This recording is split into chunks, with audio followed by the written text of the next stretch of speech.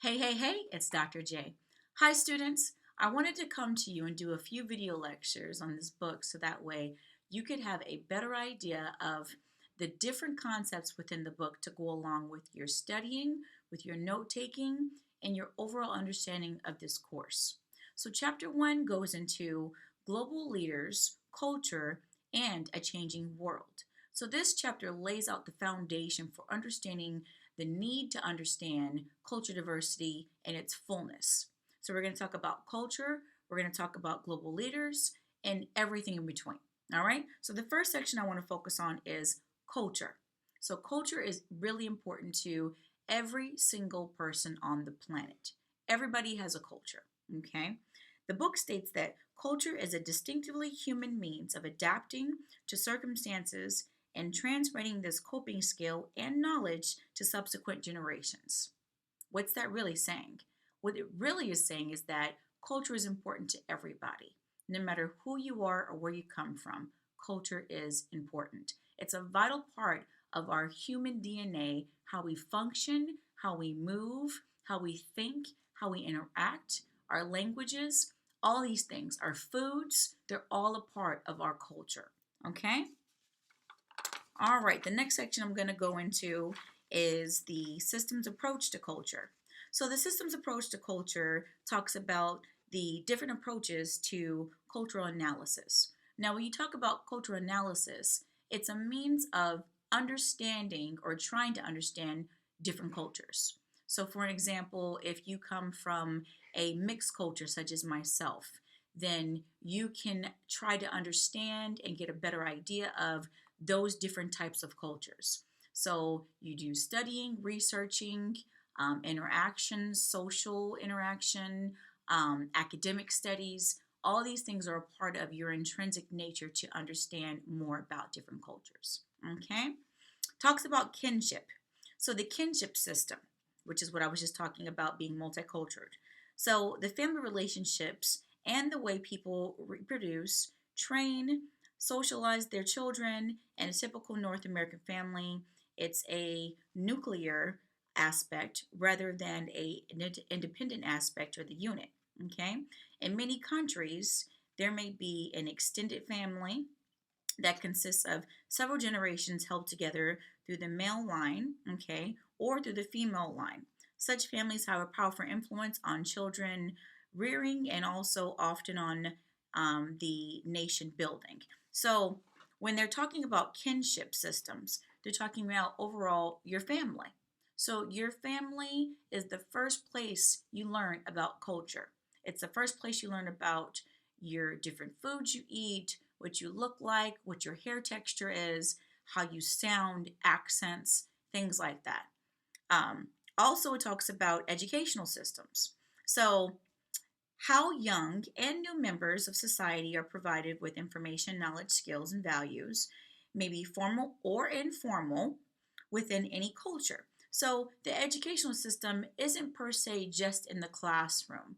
You can get education on culture outside the classroom. Okay, we have many culture diversity centers in my community where we're able to learn and grow about different cultures and just gain a better perspective and idea of one another's differences. It's a fantastic way to get involved and learn more about all your people in your neighborhood.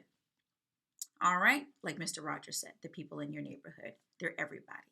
All right, so the economic system. So the economic cultural system can be something as simple as the different types of financial backgrounds. Okay, so, kind of stemming toward my business side, the traditional financial economic system was rich, poor, and middle class. So now we have six systems. Okay, the book's not going to cover this, but just to give you, you have the ultra rich, the wealthy, the lower middle, the upper middle, the lower class, and the upper class. Okay, so those are the six different types of economic systems, and I'm sure they've added more since everything has happened in the economy.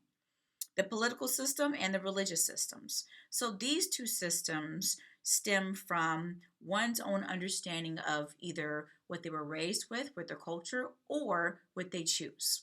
Okay? Very good stuff. All right, so the key cultural terminology.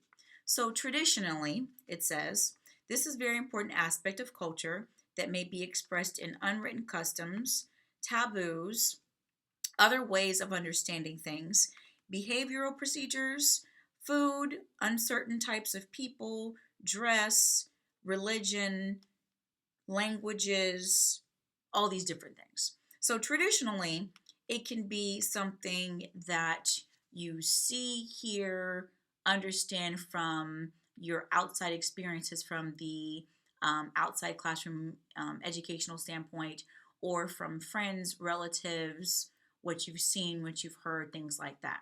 Okay, traditionally.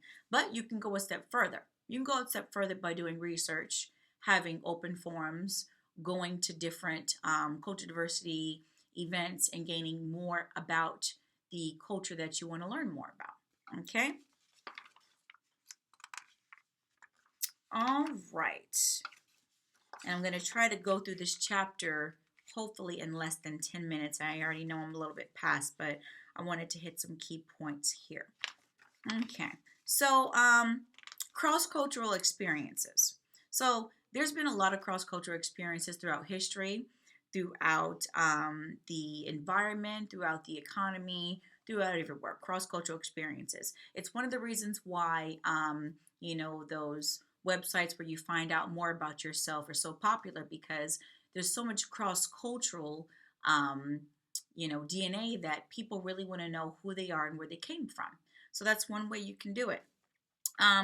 There are cultural understandings and sensitivities. So there's things you have to be sensitive to as far as language barriers, how people look, how their hair is, different, things that they may dress, religious symbols, religious holidays. There's a lot of different culture diversity aspects that sensitivities are definitely adhered to, and in the workplace. So I know, like in our workplace, we have we celebrate different religions and embrace them, and also some religious days are days off versus other religious days aren't days off, but employees can choose to take them off for religious reasons. Okay, that's protected under the EEOC, which is the equal. The Equal Employment Commission. Oh my goodness, I can't believe I forgot that. The EEOC. So I'll put that down in the bottom because I'm drawing a blank. All right.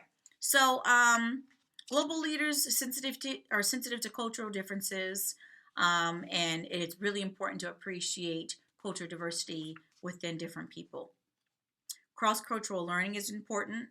Global transformations are important, and you can read more about that in your book, as well as understanding the perceptions of others. So the perceptions of others, it goes back to, don't judge a book by its cover. You never know. So for an example with myself, many people would not know that I was multicultural. They were assumed that I'm just African American versus more than one type of culture. So it's really important to express that when it comes up in the conversation in a way that is adhered to the environment. So it's really important to remember that. All right, so overall, that was chapter 1, Global Leaders, Culture, and Changing Worlds. Now, I didn't hit all the topics because I didn't want to do a long video, but for the most part, I think I gave a quick synopsis of what chapter 1 covers. If you have any questions about anything particularly inside chapter 1, please feel free to email, call me, or come on my office here at the campus. I am here for you, and I am Dr. J, and I'm here for your success. Have a wonderful day.